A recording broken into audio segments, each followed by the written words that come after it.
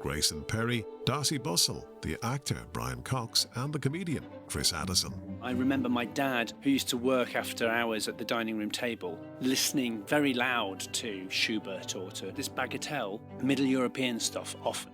To listen, just search Private Passions on BBC Sounds.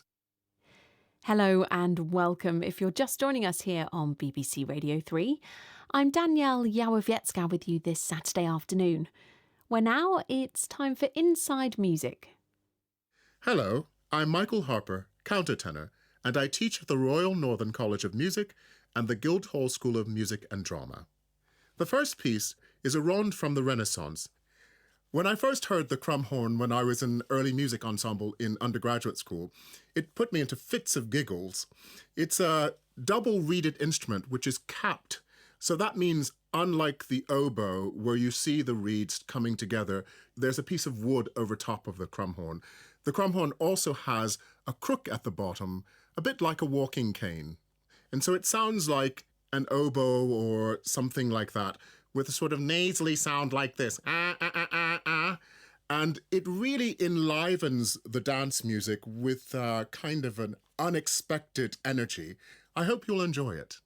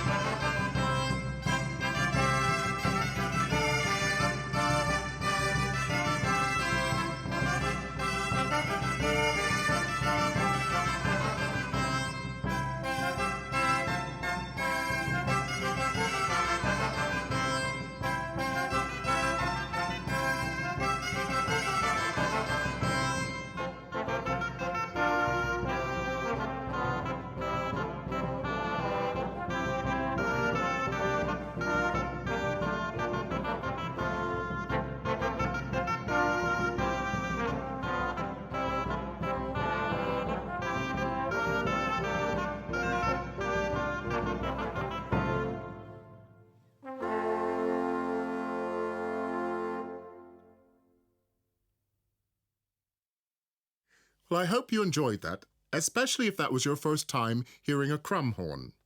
That was Ronde 4, 1 and 6 from Tilman Susato's music books, performed by Convivium Musicum Gothenburgense.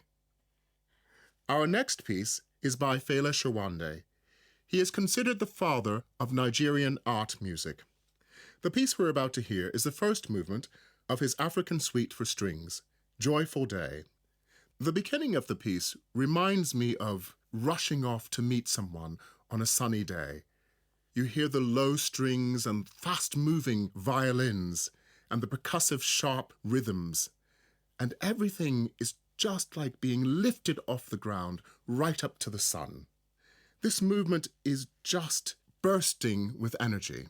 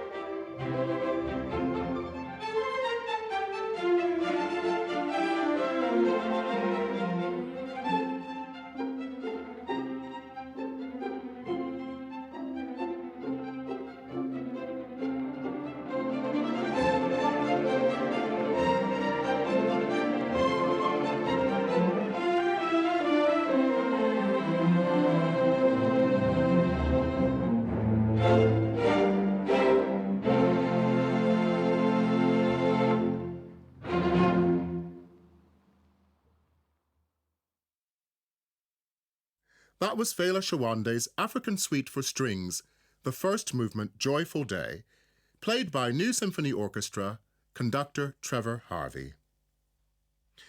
In the piano piece that we're about to hear, the melody seems to sit on its own above the very low, muddy accompaniment of the piano. It's as if a storm is about to brew and the birds are still flying above the storm. And as the storm goes on in the piano and the melody gets mixed up into the bass of the piano, the bird seems to get lost until at the end it emerges again as if the storm has disappeared and the sun is shining again. We hear the late, great Natalie Henderas play this. What's so wonderful about her version is not the density of her texture, but her emphasis on the melody and how it rises out of everything. This is quite an old recording, from the 60s, I believe. Natalie Henderas tragically died very young.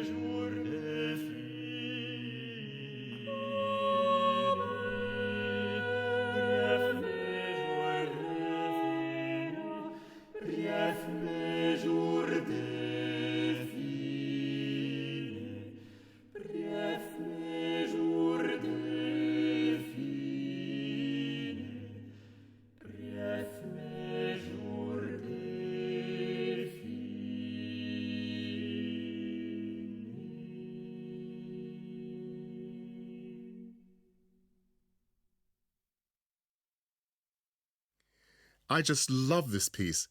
That was Mille Regrets, A Thousand Regrets, by Josquin des Prez. It was recorded by Profeti de la Quinta for their online platform, Early Music Sources.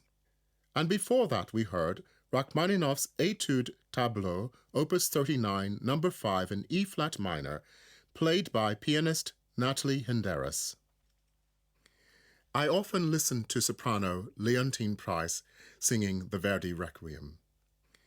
Her voice is like a voice from heaven.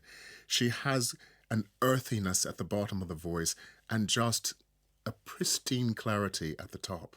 There's nothing like it. In this piece, Liberame, she starts out as a terrified individual asking God to free her from the day of judgment. The chorus acts sort of as a Greek chorus, reflecting what the singer is saying, but in almost a communal way.